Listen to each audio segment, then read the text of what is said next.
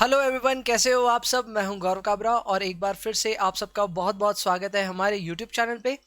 The journey of an investor के 6 हफ्ते निकल गए और अब तो ऐसा लग रहा है जैसे हम लोग यूज टू हो गए हैं हमारे मॉडल पोर्टफोलियो को मैनेज करने में। आप सभी ने, कम्युनिटी मेंबर्स ने बहुत प्यार दिया पिछले वीडियो को भी, और इस सीरीज के साथ तकरीबन हम लोग 200 मेंबर्स मेरे अंदाजे से साथ में चल रहे हैं, which is going to help this series grow as well as साथ ही साथ आप भी इस इन्वेस्टर की जर्नी में बहुत कुछ सीख रहे हो। एंड आई एम श्योर हर हफ्ते मेरे डिस्कशन से आप कुछ ना कुछ और बेहतर जरूर सीखते हो।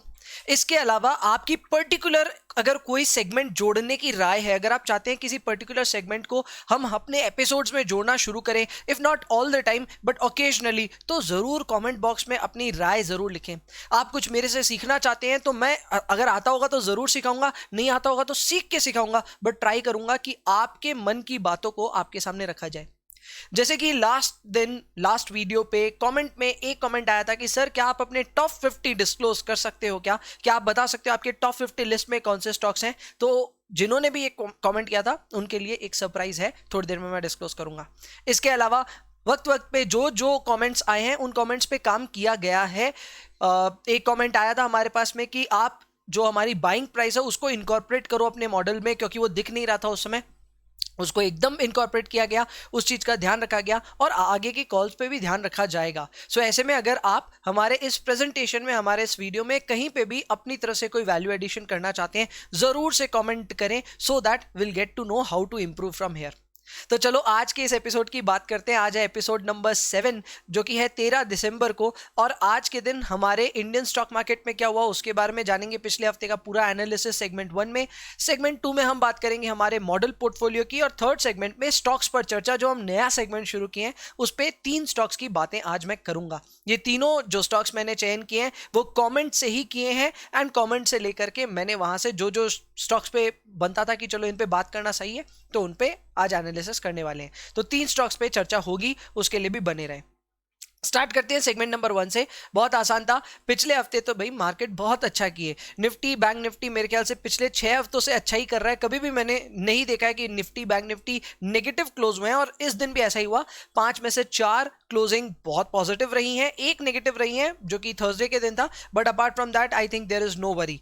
इनफैक्ट अगर आप नोटिस भी करोगे तो मंडे का लो और फ्राइडे का हाई ही इस वीक का हाई एंड लो था रेस्पेक्टिवली। सो वो भी एकदम परफेक्ट रहा है मार्केट के लिए। मार्केट एक अप ट्रेंड अभी भी शो कर रहा है। सो जो लोग भी थोड़ा बहुत डाउट कर रहे हैं कि मार्केट कहां जाएगा, उन लोग के लिए ये शायद मार्केट छलावा करते जा रहा है, और ये छलावा तब तक चालू रहेगा जब तक लोग फाइनली कन्विंस नहीं हो जाते कि yes this is an up trend and इसमें हमें रहना चाहिए। एक और जबरदस्त एनालिसिस मैंने की थी। इंडिया के लार्ज कैप और मिड कैप को मिलाकर के टोटल 250 शेयर्स होते हैं। अगर आपको ये नहीं पता था तो जान लो। इंडिया में टॉप 100 शेयर्स को हम कहते हैं लार्ज कैप, और बाकी रिमाइंडर 150 फ्रॉम द टॉप, मतलब आफ्टर 100, उसको हम कहते हैं मिड कैप, और टॉप 250 के बाद जितने भी होते हैं उन्हें हम स्मॉल कैप्स कहते हैं। इस तरह से इंडिया में डिस्टिंक्शन होता है। तो इंडिया के लार्ज और मिड कैप्स की एनालिसिस मैंने की, तो आपको ये जान करके बड़ी हैरानी होगी कि इंडिया में 250 में से 70 प्लस स्टॉक्स आज की डेट पे ऐसे हैं जो अपने लाइफ हाई के काफी ज्यादा करीब है। काफी ज्यादा मतलब 5% के अंदर अंदर चल रहे हैं। सो ऐसे में आप एक अंदाजा लगा सकते हैं कि इंडिया के मैक्सिमम, अभी अगर हम स्टॉक्स की बात करें तो लगभग 30% अपना मार्केट अपने लाइफ हाई के आसपास में है। ऑब्वियसली निफ्टी भी अपने लाइफ हाई के आसपास में है, एंड 30% स्टॉक्स भी लाइफ हाई के आसपास में है। तो ये एक बहुत बड़ी अचीवमेंट भी है। ओवरऑल एक ओवरहीटेड सिचुएशन का एक अंदाजा भी है। अब ये यूफोरिया होता है कि नहीं होता है वो बाद में देखेंगे, but as of now market is dancing on the music, so let's join. इसके अलावा बैंक निफ्टी भी अगर हम देखें, सिमिलर ट्रेड्स थे। बैंक निफ्टी भी 4 दिन पॉजिटिव, 1 दिन नेगेटिव, वही थर्सडे को नेगेटिव रहा। ओवरऑल बैंक निफ्टी 1.84% से बढ़ा, so that's also really good. Segment number 2 में फटाफट आ जाते हैं, जो कि है हमारा मॉडल पोर्टफोलियो। भाई इसी की सबको इच्छा रहती है जानने की कि ये क्या है, कहां हमने परफॉर्म किया, कहां नहीं किया। तो देखो, मॉडल पोर्टफोलियो में हमने पिछले हफ्ते 2 ट्रेड्स लेने की बात की थी, विनती Organics and Reliance industries. Unfortunately दोनों ही नहीं आए हमारे पास में। रिलायंस हमने जो भाव दिया था उस भाव से 60 पैसा ऊपर तक भाव आया था वीक में, लेकिन हमें परचेज करने का अपॉर्चुनिटी नहीं मिला। सो टेक्निकली हम विनती और रिलायंस दोनों को ही नहीं खरीद पाए। सो टेक्निकली पोर्टफोलियो में कोई भी बदलाव आपको देखने को नहीं मिलेगा। बट उससे पहले रूल्स, टर्म्स एंड कंडीशंस नए ऑडियंस के लिए मैं समझा देता हूं। देखो, अगर आप नए हो तो आप समझ लो कि मॉडल पोर्टफोलियो हम लोग यहाँ पे चलाते हैं, बनाते हैं। सारे कम्युनिटी मेंबर्स का अपना डिस्कशन है, मेरा भी डिस्कशन है, एनालिसिस है, and finally we find out some good stocks जिस पे इन्वेस्टमेंट करने का बनता है। अब यहाँ पे हमने जो मॉडल पोर्टफोलियो क्रिएट किया है वो 5 लाख रुपए से हमने हाइपोथेटिकली इमेजिन किया कि हमारे पास है, और हम उसको इन्वेस्ट करने की ये जर्नी शुरू कर चुके हैं। हमारे पास 1 जनवरी को, 1 अप्रैल को, 1 अक्टूबर को एंड 1 बीच में मिस कर रहा हूं मैं शायद, 1 will be October and July, correct. तो अपने पास हर क्वार्टर के 1 डे पे 1-1 लाख रुपए का इन्फ्लो होगा, ये हमारा एक अजम्पशन है। इसके अलावा इस सीरीज में एक चीज मैं बार बार बोलता हूं और अभी भी बोलूंगा, and in fact caution mode on करते हुए बोलूंगा, कि हम लोग इस सीरीज में जो भी स्टॉक्स के बारे में बात करें वो एकेडमिक और एजुकेशनल पर्पस से अगर देखा जाए तो बेहतर होगा। आप इसे कोई स्टॉक टिप के तौर पे ना देखें, सीखें यहां से, बट जो कुछ भी करे वो खुद की रिसर्च के बाद करें, तभी जाकर के आपको इन्वेस्टर बनने की इस जर्नी में फायदा होगा। सो आई होप आप इस चीज को ध्यान में जरूर रखेंगे। तो मॉडल पोर्टफोलियो के रूल्स मैं आपको समझा चुका हूं। अब आते हैं अपने मॉडल पोर्टफोलियो के एक्चुअल परफॉर्मेंस पे। भाई, अपने पोर्टफोलियो में अगर आपको लास्ट वीक का बैलेंस याद हो तो उससे 3-4 हजार रुपए की यहाँ पे इंक्रीमेंट जरूर हुई है, लेकिन ओवरऑल अभी भी पोर्टफोलियो 5,20,000 के लेवल से नीचे है, यानी कि हमने जो लेवल पहले टच किया था उससे कुछ नीचे है। उसके कारण है कई जगह अपने प्रॉफिट बुकिंग के वजह से कंसोलिडेशन देखने को मिल रहा है। जैसे स्टार्टिंग ऑफ मेरे ख्याल से अतुल एक बढ़िया नाम होगा, जहां पे एक अच्छा कंसोलिडेशन आया, ये स्टॉक 6500 के लेवल से वापस 6100 आ गया है। सो इसकी वजह से हमारे जो 7-8% के प्रॉफिट हो रहे थे वो धीरे धीरे कम हो गए। सिमिलरली जीएमएम फॉडलर में भी हल्का फुल्का थोड़ा कंसोलिडेशन देखने को मिला, और जीएमएम फॉडलर में अराउंड 3.5-4% का प्रॉफिट है। दीपक नाइट्राइट अच्छा प्रॉफिट दे रहा है 21% पे, एंड मैंने आपको बोला था दीपक नाइट्राइट 900 जाएगा, मैं अभी भी फर्म हूं, दीपक नाइट्राइट 900 जाएगा, तब तक तो हम कम से कम होल्ड करेंगे, बाद बाकी आप लोग के डिसीजन है। वैसे कमेंट में कई लोगों ने लिखा था ये लास्ट वीडियो में कि सर दीपक में आप प्रॉफिट बुक कर लीजिएगा, तो चलो आपकी राय पे ध्यान दिया जाएगा। दीपक नाइट्राइट पे मेरा टारगेट है 910 का, 910 अगर आएगा तो प्रॉफिट बुक करेंगे इस वीक पे, ये मेरा वचन है आप सबको, just based out on your comments. तो आपने कमेंट में 2-3 लोगों ने लिखा था सर बुक कर लो profit, We will book the profit। Reliance Industries मैंने कहा था और ये होगा, देख लेना आप कि मार्केट को खड़ा रखने के लिए रिलायंस को चलना बहुत जरूरी है, और अब तो रिलायंस के घर में नए नए पोते श्री भी आ गए हैं, तो ऐसे में Reliance is going to boom up. वो तो होगा, मतलब ऐसा नहीं बोल रहा हूँ कि घर में नए मेंबर के आने की वजह से होगा, बट रिलायंस अभी तक चला नहीं है, अच्छा कंसोलिडेट हुआ है, एंड अब हमारे बाइंग रडार से रिलायंस का नाम अब हटने भी लग गया है। सो आई थिंक रिलायंस एक अच्छे लॉन्च पैड पे पहुंच चुका है। अब यहां से रिलायंस में 10% तो मुझे लग रहा है, एक 10% नहीं तो 5% की उम्मीद जरूर है, एंड आने से हमको डेफिनेट यहाँ पे फायदा होगा। कोफोर्ज अच्छा चल रहा है, 13-14% हमको यहाँ पे आ रहा है, लेट्स स्टे विद इट, कोई बहुत ज्यादा हमारी इन्वेस्टमेंट भी नहीं है, रहते हैं, 14% इज नॉट बैड, ठीक है। इसके अलावा विनती ये एकदम भी नहीं चल रहा, इनफैक्ट पूरा स्पेशलिटी अगर हम केमिकल्स पे देखें तो विनती अकेला ऐसा होगा जो नहीं चल रहा है। Right now we are having a loss of 3.82%, which I think is not serious. और ये भी मैं आपको बताता हूँ ये सीरियस क्यों नहीं लग रहा आपको, वो इसलिए क्योंकि सर हम बहुत बार्गेन करके शेयर खरीदते हैं। आपने देखा होगा कि मैं हर हफ्ते कॉल लेता हूं कि चलो शेयर खरीदेंगे, लेकिन फिर भी हम नहीं खरीद पाते। उसका कारण जानते हैं क्या है? उसका कारण है कि मैं हूं कंजूस मक्खी चूस, एग्जैक्टली। और एक इन्वेस्टर को ऐसा ही होना चाहिए। भाई आप कोई चीज को खरीदने जा रहे हो, खरीदने के टाइम ज्यादा से ज्यादा पैसे देते हैं कि कम से कम, कम से कम, और इसीलिए मैं बार्गेन करता हूं हर शेयर प्राइस के लिए। मुझे बार्गेन पे भी नहीं मिलता है, सोचो ऐसी बात, तो और कॉम्प्रोमाइज भी करूं तो भी नहीं मिलता है। सो ऐसे में आई डोंट सी कि हम लोग को यहाँ पे और ज्यादा लॉसेस होंगे, क्योंकि हमने ऑलरेडी एक काफी बार्गेन प्राइस पे इसको लिया था, फिर भी 3.82% का लॉस है, which I think is very very much bearable. अभी कोई टेंशन नहीं है, लेकिन विनती की एक बार चाल देखनी पड़ेगी कि अगले 1-2 हफ्ते में कर क्या रहा है, but I think I am still very very positive in विनती, एंड मुझे लगता है अच्छा करेगा ये यहाँ से भी। Next up is Honeywell automation. Honeywell में बढ़िया कमाई हो रही है 10% की। इस बार ऐसा लग तो रहा है कि हनीवेल ऑटोमेशन 32-33 शायद लेवल्स दिखा पाए, बट अगेन इस चीज पे आप कमेंट ज्यादा अच्छे से करके मुझे बता पाएंगे। जिस तरह मैंने दीपक नाइट्राइट के लिए पूछा था, अब हनीवेल के लिए एक बार फिर से फाइनल कॉल पूछ लेता हूं, क्या लगता है यहाँ रहना चाहिए क्या? कमेंट में मुझे बताइए कि क्या हनीवेल पे हम 32,000-33,000 के लेवल्स की जो बातें कर रहे थे पिछले हफ्ते, क्या वहां पे प्रॉफिट बुक करें कि नहीं? प्लीज ये बताइएगा, मैं थोड़ा कंफ्यूज हूं कि हनीवेल ऑटोमेशन में प्रॉफिट बुक करना है कि नहीं करना है। 10% इज हैंडसम, 15 पे करें कि नहीं करें ये बताइएगा, ठीक है। 15% के प्रॉफिट पे क्या हनीवेल को काटे क्या?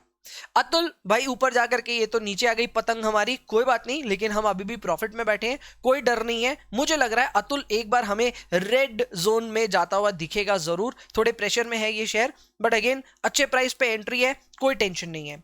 ब्रिटानिया इंडस्ट्री जबरदस्त कर रहा है, एंड मैंने आपको बोला भी था ब्रिटानिया जैसे स्टॉक में अगर आप 10% कमाते हो 1.5 महीने के अंदर, तो ये समझ लेना कि आपने टाइमिंग बहुत अच्छे से की थी, बिकॉज ये शेयर ऐसा है जो इतनी तेजी से ग्रो नहीं करता है। सो ऐसे में अगर आप ब्रिटानिया, HUL इस तरह के काउंटर्स में 10% कमा रहे हो 1.5 महीने में, भाई उससे बढ़िया कोई चीज नहीं हो सकती। सो ब्रिटानिया एक अच्छा कॉल था हमारा, और बहुत बढ़िया प्रॉफिट आ रहे हैं, सेलिब्रेट करने की बात है।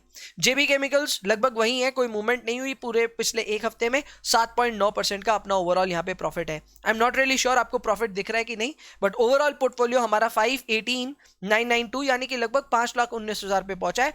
पोर्टफोलियो 3.8% के प्रॉफिट पे है, which gives us a comfort, जो कि अच्छा है। 1.5 महीने में 3.5-4% अच्छा है। मार्केट अप डाउन होगा तब और बेहतर समझ में आएगा, अभी तो एक तरफ ही चल रहा है ना। सो हमारी जो रिस्क मैनेजमेंट जो हम करते हैं वो एक्चुअल में हमें फायदा कब देगी, जब बाजार नीचे जाएगा, तो उस समय का टाइम का वेट करेंगे, उस समय पोर्टफोलियो कैसा करता है। Again we have a lot of cash in our hand, लगभग 2 लाख रुपए कैश के साथ हम बैठे हैं, इसका क्या करें आइए देखते हैं। तो देखो इसके लिए मैंने अब 4 रिकमेंडेशंस आपको डाल दी, 1 नहीं 2 नहीं 3 नहीं बल्कि 4, क्योंकि मैक्सिमम जो मैं कॉल लेना चाह रहा हूं वो तो ऐसे भी नहीं आ रही क्योंकि मैं बार्गेन ज्यादा कर रहा हूं, तो चलो अब की बार 4 कॉल दे रहा हूं आपको। इन चारों कॉल में जो भी आएगा लेंगे, लेकिन ऑब्वियसली बार्गेन प्राइस पे ही लेंगे। गुजरात गैस पे मेरा पहला कॉल है, 334 में इसको मॉडल पोर्टफोलियो में इंक्लूड करने का इरादा है, 50 शेयर यहां पे लेंगे। विनती के पीछे लगे हुए हैं भैया हम लोग, लेकिन अब की बार 1100 से भी नीचे का टारगेट बनाया मैंने, 1089 बहुत जबरदस्त बार्गेन प्राइस मैंने सेट किया है, अगर मिला तो 10 शेयर लेंगे, नहीं तो रहने दो। ट्रेंड एक नया चीज आया जिसको मैंने रिसेंटली अपने एक्चुअल पोर्टफोलियो में भी इंक्लूड किया है। ट्रेंड 671 के भाव पे, हालांकि मैंने इसके ऊपर लिया है इसको, लेकिन 671 पे मैं इसको मॉडल पोर्टफोलियो में इंक्लूड करने का रिकमेंडेशन यहाँ पे दे रहा हूं। अगर आया तो 20 शेयर्स हम पिक करेंगे अगले हफ्ते। पीआई इंडस्ट्रीज भी बहुत अच्छा कंसोलिडेट कर रहा है, काफी अच्छे टारगेट्स आ सकते हैं यहाँ पे। मेरा 2266 यानी कि 2266 का एक टारगेट है, अगर यहाँ पे ये प्राइस देखने को मिलते हैं तो पीआई इंडस्ट्रीज को भी हम उठाएंगे यहाँ पे जरूर। तो ये सारे बार्गेन्ड प्राइसेस हैं, अगेन बहुत अच्छे लेवल्स हैं। मुझे ऐसा लगता है कि यहाँ पे अगर हमें ये सब स्टॉक्स मिलते हैं तो हम लोग को आने वाले 4 से 6 हफ्ते में कुछ ना कुछ यहाँ पे अच्छे रिटर्न्स देखने को मिलेंगे जरूर। So keeping our fingers cross, देखते हैं अपना वहां पे कैसा रिटर्न्स आता है। सो ये हो गया अपना मॉडल पोर्टफोलियो का भी चर्चा, एंड आई होप आप सेटिस्फाइड हो अभी तक कैसा मॉडल पोर्टफोलियो चल रहा है। सेटिस्फाइड नहीं हो, अगर आपको लगता है कोई प्रैक्टिस गलत हो रही है, तो आप उसके लिए कमेंट में जरूर मेंशन करें, क्या हम और प्रैक्टिसेस ठीक कर सकते हैं। एक इन्वेस्टर के तौर पे आप कौन सी चीजें फॉलो कर रहे हैं जो आप चाहते हैं बाद बाकी कम्युनिटी मेंबर्स भी फॉलो करें, उस पर भी चर्चा करेंगे। इसके अलावा अब भी बात करते हैं हम लोग स्टॉक्स पर चर्चा के सेगमेंट की, जिसमें मैं बात कर रहा हूं about 3 stocks. Again goes without saying, academic discussion अभी भी चालू है, अभी भी कोई भी स्टॉक रिकमेंडेशन या स्टॉक टिप नहीं है, इसीलिए सिर्फ अभी ध्यान से सुने, कुछ भी रिएक्शन इसके बेसिस पे ना दे। पहला हम लोग जो कंपनी उठा रहे हैं वो है HCL टेक्नोलॉजी। जबरदस्त कंपनी है, जबरदस्त एक शब्द है इसके लिए, जबरदस्त। जबरदस्त इसलिए क्योंकि ये सॉफ्टवेयर सर्विसेज में भी है, इंफ्रास्ट्रक्चर डेवलपमेंट में भी है, मतलब obviously IT infrastructure and BPO में थोड़ा बहुत इनका प्रेजेंस है। तो यहां पे कंपनी की मार्केट कैप विप्रो से ज्यादा है। जी हाँ, ये विप्रो से बड़ी कंपनी है, 2,33,000 करोड़ के आसपास में इसका कुछ मार्केट कैप है, प्राइस है 862। पर्सनली स्पीकिंग मुझे ये कंपनी के बारे में एनालिसिस करते हुए काफी सारी चीजें ऊपरी तौर पे अच्छी लगी है। कौन सी? जैसे कि नंबर 1, कंपनी की सेल्स ग्रोथ डिसेंट है। मेरे हिसाब से कंपनी की सेल्स ग्रोथ लगभग 15% के आसपास में, which I think is fair enough. इसके अलावा कंपनी का 60% बिजनेस आता है यूएसए से, तो अभी यूएसए इकोनॉमी अच्छी कर रही है पिछले 5 साल से एटलीस्ट, तो मुझे लगता है यहाँ पे HCL के चांदी है। इसके अलावा कंपनी के ऑपरेटिंग मार्जिन्स इंप्रूव हुए हैं, पहले कुछ 20-22% चलते थे, अब 28% तक पहुंच गए हैं। सो ऑपरेटिंग मार्जिन्स में भी इंप्रूवमेंट है, एंड ये इस वजह से भी है कि अभी IT का थोड़ा रिक्वायरमेंट ज्यादा भी है। सो ऐसे में HCL ऑब्वियसली बेनिफिशियरी है कोविड के आने की वजह से, आगे भी इसको फायदा होगा। ROE बहुत अच्छे हैं। इस कंपनी की जो रिसर्च एंड डेवलपमेंट पे स्पेंडिंग है वो इसके पीयर कंपनी से ज्यादा है, ये बात और मैं बता दूं। ये कंपनीज के लिए बहुत क्रूशियल होता है कि ये रिसर्च एंड डेवलपमेंट करें। सो ऐसे में अगर रिसर्च एंड डेवलपमेंट ये कर रही है, अब वो कितनी फायदेमंद है नहीं है वो बात की बात है, लेकिन कम से कम कंपनी का इंटेंट समझ में आता है that the company wishes to research more, develop newer products and services, so that इनका बिजनेस ग्रोथ आ रहा है, which I really like about that company. Promoter holding, FII, DII, इनके इन्वेस्टमेंट से मेरे को कोई प्रॉब्लम नहीं है, बहुत अच्छे इन्वेस्टमेंट्स है सबके। प्रमोटर्स का 60% स्टेक है एंड इंस्टीट्यूशनल का 30% स्टेक है। प्रॉब्लम क्या है? प्रॉब्लम यह है कि पब्लिक के पास में शेयर्स है ही नहीं। 4-5-6% शायद पब्लिक के पास में, यस 4% यहाँ पे पब्लिक के पास में। सो ऐसे में फ्री फ्लोट काफी कम है इस शेयर में, लेकिन फिर भी ठीक है, ओवरऑल पॉइंट्स ठीक है एंड रिस्क रिवॉर्ड में ये कंपनी अच्छी है। मैं अपने क्वांटिटेटिव मॉडल में इसकी एनालिसिस कर रहा था एंड रिस्क रिवॉर्ड में मेरे को ये कंफर्टेबल लेवल्स पे लगी, यानी कि ना मैं इसको बहुत ज्यादा अच्छा बोलूंगा ना बहुत खराब, जो कि मेरे हिसाब से फिर भी ठीक है। कॉन्स की बात करते हैं। कॉन्स में पिछले 10 क्वार्टर्स में सिर्फ 2 ही क्वार्टर्स ऐसे रहे जब ये कंपनी के नेगेटिव कैश फ्लोज रिपोर्ट हुए। एक कोई 5-6 क्वार्टर्स पहले था और एक अभी आया। तो मैं समझता हूं कोविड की वजह से रहा होगा सितंबर का क्वार्टर नेगेटिव कैश फ्लोज के साथ में, but overall I think company is doing well. तो ये नेगेटिव कैश फ्लोज आगे जाकर के नेगेट हो जाएंगे, तो एक कौन बस बताना था तो इसको मैंने इंक्लूड किया, इतना बड़ा मुझे फैक्टर नहीं लगता। नेक्स्ट पॉइंट है स्लो कंपाउंडर। ये जरूर बात है। देखो HCL में अगर आप पैसे लगाओ तो आप ये उम्मीद मत करना कि आप HCL में ना 20-30-50% कमाओगे हर साल, वो नहीं होने वाला। HCL एक स्लो कंपाउंडर है जैसे ब्रिटानिया, HUL वगैरह वगैरह। तो यहाँ पे आप 12 से 15% का अगर उम्मीद लगाते हो लॉन्ग टर्म में कमाने का, HCL एक अच्छा स्टॉक है इन्वेस्ट करने के लिए। फिर भी मुझे पता है कुछ लोग चाहते हैं कि नहीं सर हमें एक इमीडिएट बेनिफिट हो, सर हमें अच्छे प्राइस पे आप एंट्री बताओ ना, कौन सा सही प्राइस होगा टू एंटर। तो मैं बता देता हूं, अभी प्राइस चल रहा है 862, मेरे हिसाब से 773 पे एक जबरदस्त बार्गेन प्राइस मिलेगा। मेरे को नहीं पता यहाँ पे आपको एक करेक्शन देखने को मिलेगा कि नहीं मिलेगा, बट अगर करेक्शन देखने को मिलता है तो 773 पे एंटर करना बेटर होगा। ये मेरे लिस्ट में 59th रैंक पे है, सो टॉप 50 में तो नहीं है लेकिन टॉप 75 में ये मेरे है। सो उस हिसाब से company is very good and मुझे ऐसा लगता है कि इस लेवल पे 773 के लेवल पे अगर आता है तो हम जरूर मॉडल पोर्टफोलियो में भी इसको इंक्लूड करेंगे। सो HCL का पहला थम्स अप, जिसने भी HCL कमेंट किया था हमारे लास्ट वीडियो में उसको भी बहुत बढ़िया थम्स अप कि आपने एक अच्छा शेयर पूछा और उस पर अच्छी राय बन करके अब आ रही है सबके सामने। सो आपने काफी लोगों का फायदा कराया खुद के साथ साथ, so thank you for that. Next आते हैं CESC लिमिटेड। ये भी जिसने पूछा है उसने भी बहुत अच्छा काम किया है, क्योंकि परफेक्टली एक ऐसे शेयर के यहाँ पे चर्चा करेंगे हम जिसमें एक इन्वेस्टर को हाथ नहीं लगाना चाहिए। क्यों? रीजन समझते हैं। CESC एक इलेक्ट्रिसिटी प्रोवाइडर है, कलकत्ता वाले एटलीस्ट ये बात जानते हैं, ठीक है। यहाँ पे 8254 करोड़ का इसका मार्केट कैप है, करंट प्राइस 623 की है। इसमें फायदे से ज्यादा नुकसान है। क्या मैं बताता हूं? फायदा सबसे पहले बता देता हूं, कैश फ्लोज बहुत अच्छे हैं, वो तो हो गई। हर महीने सब लोग बिल भर रहे हैं तो कैश फ्लोज कंपनी के बहुत तगड़े होंगे। प्रमोटर होल्डिंग भी ठीक है, इंस्टीट्यूशनल ओनरशिप भी ठीक है। प्रमोटर होल्डिंग में आपको शायद बता पाऊं, शायद नहीं लिखा हुआ नहीं है मेरे पास में। सो प्रमोटर होल्डिंग भी अच्छी है, इंस्टीट्यूशनल ओनरशिप भी अच्छी है। लेकिन प्रॉब्लम क्या है? प्रॉब्लम नंबर 1 ये है कि इनकी सेल्स और प्रॉफिट ग्रोथ लगभग पिछले 10 हफ्तों में नेग्लिजिबल है, कुछ भी नहीं है। जितनी सेल्स 10 हफ्ते पहले होती थी, 10 क्वार्टर्स पहले होती थी, अभी भी 10 क्वार्टर्स बाद में वही सेल्स हो रही है। So profit and sales wise company grow एकदम भी नहीं की, डेप्रिसिएशन इंटरेस्ट काफी ज्यादा हाई है। अदर इनकम इनके आपको इनकम स्टेटमेंट में देखने को मिलता है कंसिस्टेंटली, हर क्वार्टर में ये लोग अदर इनकम शो करते हैं। लेकिन कहीं ना कहीं मैंने ये चीज नोटिस की है, इनकी अदर इनकम में थोड़ा बहुत सस्टेनेबल इनकम मुझे नजर आता है। यानी कि ऐसा नहीं है कि अदर इनकम अनसस्टेनेबल है, ये अगले क्वार्टर में भी अदर इनकम शो करेंगे, उसके अगले भी और उसके अगले भी इनको मिलेगा ये इनकम, पक्का बात है। अब ये इनकम मुझे ऐसा लगता है कि कई बार मीटर वगैरह आप जब अपग्रेड कराते हो उन सब के खर्चे लगते हैं, कई बार और इधर उधर पेनल्टीज लगती रहती हैं। मेरे ख्याल से ये अदर इनकम वो है जो डायरेक्ट रेवेन्यू नहीं है बट समहाउ एट्रीब्यूटेबल है टू द मेन बिजनेस। तो मुझे लगता है ऐसा कोई बिजनेस इनका हो सकता है जो मेरे हिसाब से सस्टेनेबल है। बट अगेन मैं इसमें माफी चाहूंगा, डिटेल में मैं घुसा नहीं हूं, मैं श्योर नहीं हूं अदर इनकम क्या है, बट जो भी है नंबर्स देख के इतना समझ में आता है कि सस्टेनेबल है। सो अदर इनकम भले ही मैंने कॉन्स में डाला है, it is still bearable. ROE ROC below average है और ये वेल्थ डिस्ट्रॉयर है। मतलब पिछले 3-5 साल से अगर कोई शेयर होल्डर इस शेयर में इन्वेस्टेड रहा होगा उसको नुकसान मिला होगा। डिविडेंड्स को आप इग्नोर कर दो लेकिन शेयर प्राइस में गिरावट देखने को मिली होंगी। सो ये मेरे हिसाब से थोड़ा सा नेगेटिव पॉइंट जरूर है। एंड डेट इक्विटी हाई है, इंटरेस्ट कवरेज रेशियो लो है, यानी कि कंपनी के लेवरेज जो है वो ज्यादा है and that basically gives a very negative signal at least for my side।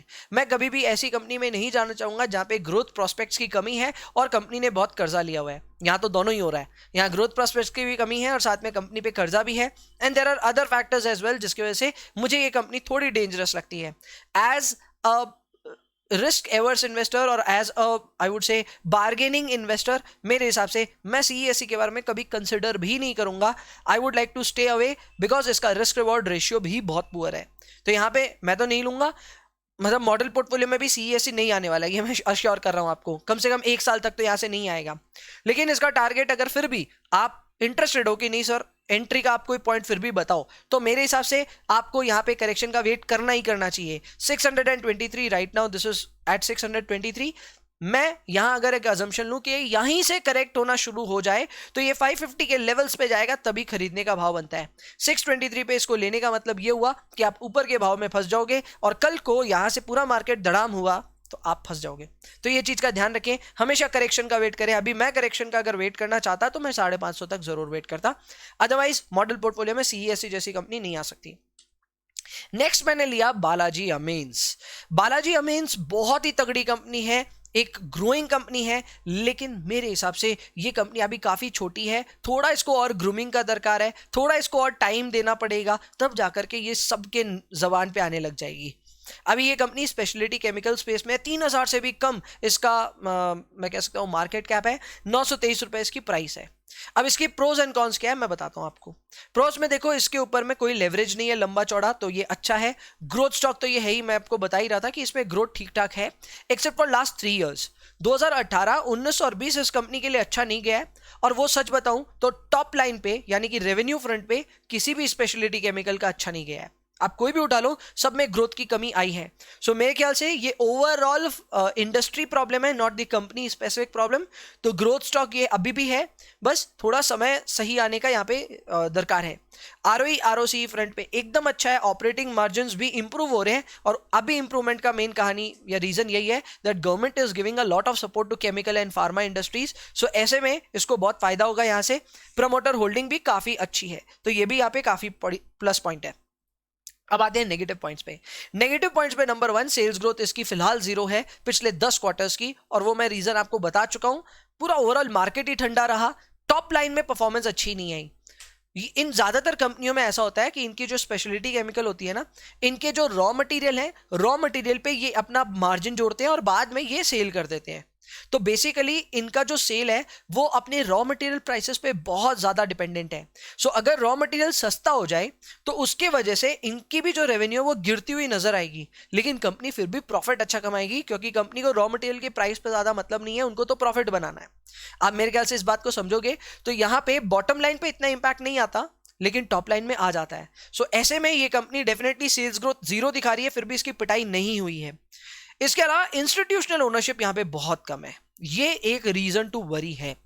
मैंने आपको बताया था बालाजी अमीन्स एक बहुत छोटी कंपनी है, 3000 करोड़ से भी कम की इसकी मार्केट कैप है, इसलिए एफआईआई डीआईआई की नजर में अभी तक पड़ा भी नहीं है. एंड इसलिए मैंने अपने वर्डिक्ट में लिखा हुआ है कि ये एक अर्ली फाइंड है, यानी कि एक अच्छा शेयर है, लेकिन हमने इसको थोड़ा जल्दी आइडेंटिफाई कर लिया है. एक बार इसमें कुछ लोगों को शामिल हो जाने दो, थोड़े से इंस्टीट्यूशनल इन्वेस्टर्स को इसमें एंट्री लेने दो. अगर उन्होंने एंट्री लिया तब ये शेयर यहां से वंडर्स करके दिखाएगा. I can definitely vouch for that. Risk reward इस कंपनी का फिलहाल बहुत पुअर है, अच्छा नहीं कर रही है ये कंपनी रिस्क रिवॉर्ड फ्रंट पे, लेकिन मुझे ऐसा लगता है थोड़ा समय देना होगा, मे बी 1 साल 1.5 साल, तब बालाजी अमीन्स हमारे शायद मॉडल पोर्टफोलियो का भी हिस्सा बनना शुरू हो जाएगा. बट एज ऑफ नाउ थोड़ा सा अर्ली है, इससे इसको वॉच लिस्ट में हम रखेंगे, अभी लेने का कोई इरादा नहीं है. फिर भी आप में अगर कोई जिद कर रहा है कि नहीं सर हमें तो लेना ही है, अब बताओ क्या लेवल पे ले, तो 923 अभी चल रहा है, करेक्शन का वेट करो, 815 पे आएगा तो एंट्री करना बनता है. अगेन आपके मॉडल या पेपर ट्रेडिंग पे ही, एक्चुअल में लेने से पहले अपनी बुद्धि लगाइएगा, अपनी सोच बनाइएगा. और जिन बच्चों को ऐसा लगता है या जिन लोगों को ऐसा लगता है कि ये मेरे टारगेट बाई प्राइस आते कहां से, तो सर इसके पीछे मैं अपना राज बता देता हूं. I do probability distribution analysis, यानी कि मैं स्टॉक डेटा पे प्रोबेबिलिटी डिस्ट्रीब्यूशन करता हूं और उसके बेसिस पे एक कॉन्सेप्ट है जिसे हम कहते हैं वैल्यू एट रिस्क, वो यहां पे अप्लाई करके देखता हूं.